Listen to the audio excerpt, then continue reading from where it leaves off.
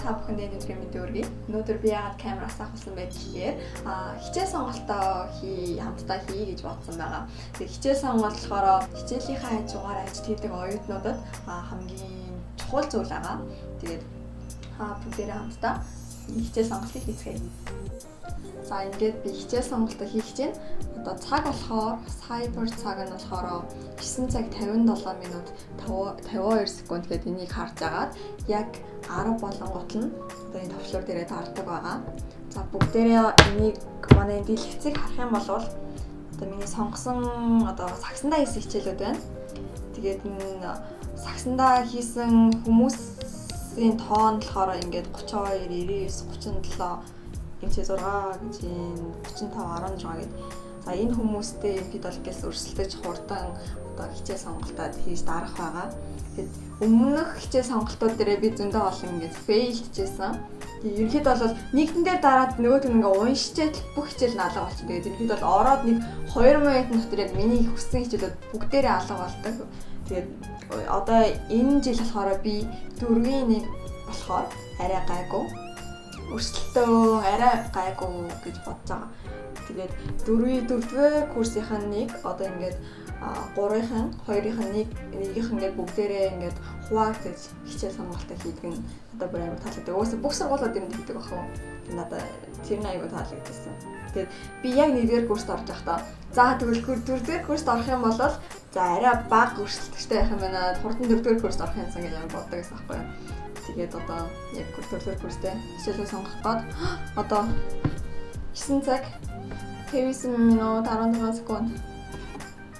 За энэ удаад чинь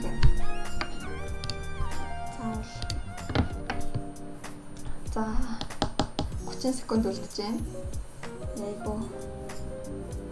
За энэ хичээл сонголтын хамгийн чухал зүйл нь болохоор ингээд аль хэдийн ингээд цагаа ингээд schedule бүгднийг гаргацсан байдаг. Тэгээ яг тэрэндээ тохируул заавал хичээлээ сонгохгүй болохгүй яа. Би болохоор одоо хичээлийн хажуугаар ажил хийдэг болохоор ажлаа тааруулаад хичээлээ сонгохгүй. За одоо 51, 53, 54. За 57, 58, 59. Oh my god. Миний урд 2768 хүн байна. Хичээл байхгүй болчих юм шиг байна.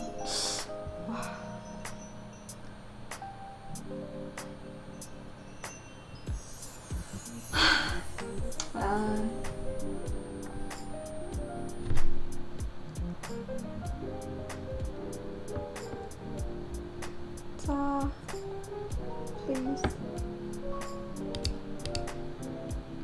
Яг ингэдэг байхгүй юу? Яг ийм ихгүй юу? Яа би хичээл сонгож чадахгүй юм байна. Вау. Ota.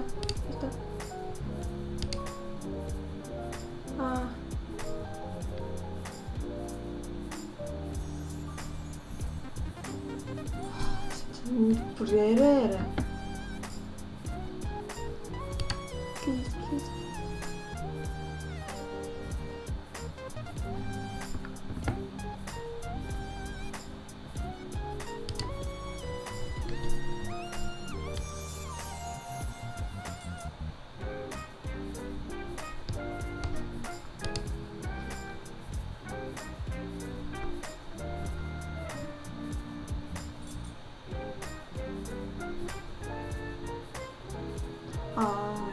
За яг 6 хичээл сонгох хэрэгтэй байснаас би яг 5 нь болчлоо.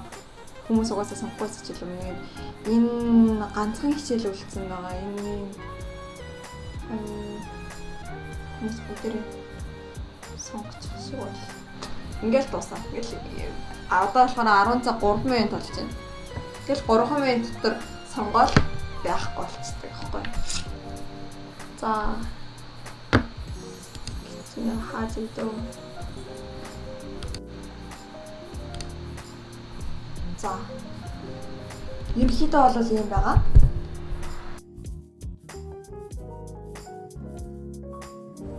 Солонгост бакалавраар ирж байгаа оюутнуудаа зөвлөж хэлэхэд Everytime гэдэг аппликейшнийг даавал татаж суулгаарай гэж хэлмээр байна. За одоо би доор хийгээд та бүхэнд харуулах бол Everytime гэдэг аппликейшнийг яадаг аппликейшн гэхээр одоо оюутнуудын хичээлийн цагийн хуваарийг гаргаж ирдэг байгаа. Тэгээд дээрээс нь сургуулийн талаар одоо асуусан бүх асуултанд ирэхэд бол хүүхдүүд хариулж өгдөг байгаа. Тэгээд таны асууж байгаа асуултанд та яг өөрөө асуусан таны нэр чинь харагдахгүй. Тэгээд бүгдээрээ нэрээ нууцлж асуугаад нэрээ нууцлж хариулдаг байгаа. Тэр нь аягүй таалагддаг. Тэгээд угаасаа өмнө нь асуусан байгаа асуултанд гэсэндээ ингээд зүгээр одоо тэр багшийнхаа нэрийг ч юм уу тий тэр хичээлийнхаа нэрийг бичээд хайхад болохоор бүх хүүхдүүдийн асуусан асуултууд нь гараад ирдэг. Тэр чинь ороод одоо комментуудыг уншаад энэ багш хэр багш вэ гэдгийг ерөнхийдөө мэдэх боломжтой байгаа. Хариултгүй асуулт гэж бараг байдаггүй. Хүүхдүүд аягүй хөөрхөн хариулаад өгчдөг. Тэгээд ямар нэгэн байдлаар бас нөгөө нэг roommate хайж байгаа хүмүүс байдаг. Дээрээс нь одоо би энэ байрнаасаа гарах гэж байгаамаа. Энэ байранд орж ирэх хүн байна уу гэдэг байраа ингээд зар дээр тавьсан хүмүүстэй байдаг. Тэгээд дээрээс нь одоо хэрэглэжсэн ноутбук эсвэл одоо ном байгаа шүү дээ. Номнууд ч бас нэлээд үнэтэй байгаа шүү. Тэгэхээр одоо хүүхдүүдийн хэрэглэжсэн номыг авах юм бол арай хямд тусдаг. Everytime гэдэг дээр ерөнхийдөө номын дэлгүүр ерөнхийдөө жижиг байдаг байгаа. Everytime дээр авсан бүх дүнгуудээ ингээд гаргачих юм бол эднээс хэдэн кредит үзэхээс тэдийг үзсэн байгаа юм байна. Ингээд бүгдийг одоо шууд хэдэн голчтой явж байна гэдэг бүх дүнгийн ерөнхийдөө харуулад өгдөг. Айгу амар аппликейшн. Та бүхэн яг та бүхний сургууль болохоор тэр Everytime-ийн хүүхдүүд нь ашигладаг гэсэн сайн мэдгүй. Гэхдээ Everytime дээр зөндөө олон сургуулиуд байдаг. Тэгэхэд бол манай сургуулиуд бол бүр нэлээд олон хүүхд байдаг. Би зөндөө олон одоо тэр асууж байсан. Тэгээд бас багш нараа ч гэсэндээ тийм анх ирж байгаа ялангуяа тэр гадаад хүүхдүүд гэдэг бүр амар хата багш нар орчих юм бол бас жоохон хэцүү.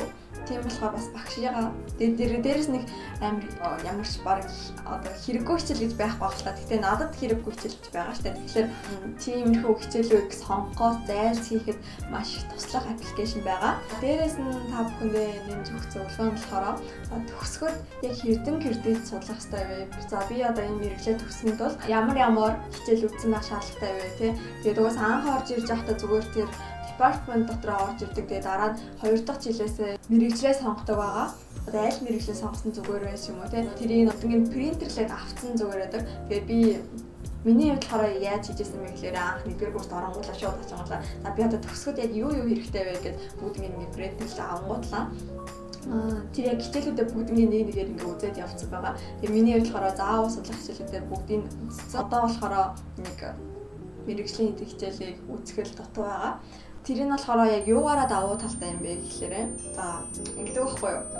Яг 4-р курст ороод 4-2 доо ороод ингээ яг төгсөх болсон чинь яг ганцхан хичээл үзээг болчихдог байхгүй юу? За яг ингээд зэвэр ингээ хийгээд явж ин да гэж бодсон чинь яг нэг хичээл дуусчихдаг байхгүй юу? Тэгээ тэр дөр яаж хатан заавал судлах хичээл бол таардаг байхгүй юу? Тэгэх юм бол дахиад нэг бүлгэн 6 сарын турш дахиад одоо төлбөр төлөөд одоо бүх төлбөрөө төснө төлдөг сургууль байдаг. Шинэ манайх 3 кредит үзээг өрчих юм бол сая вон төлөнгөтлөө дахиад 6 сарын турш судлах боломжтой байгаа. Тэгээд тэр бүхэн айгу надад бол амар төвөгтэй гэж бодож байгаа. Зүгээр л өөрөө анхнаасаа зохион байгуулалттай явчих юм бол дараа нь төгсөж гэсэндээ ийм юм болохгүй. Тэгээд илүү төлбөрөнд төлөх шаардлагагүй. За миний бичлэг та бүхэнд ямар нэгэн байдлаар тус болно гэдэгт найдаж байна. За тэгээд дараагийн бичлэгээр уулзаа баяр таа.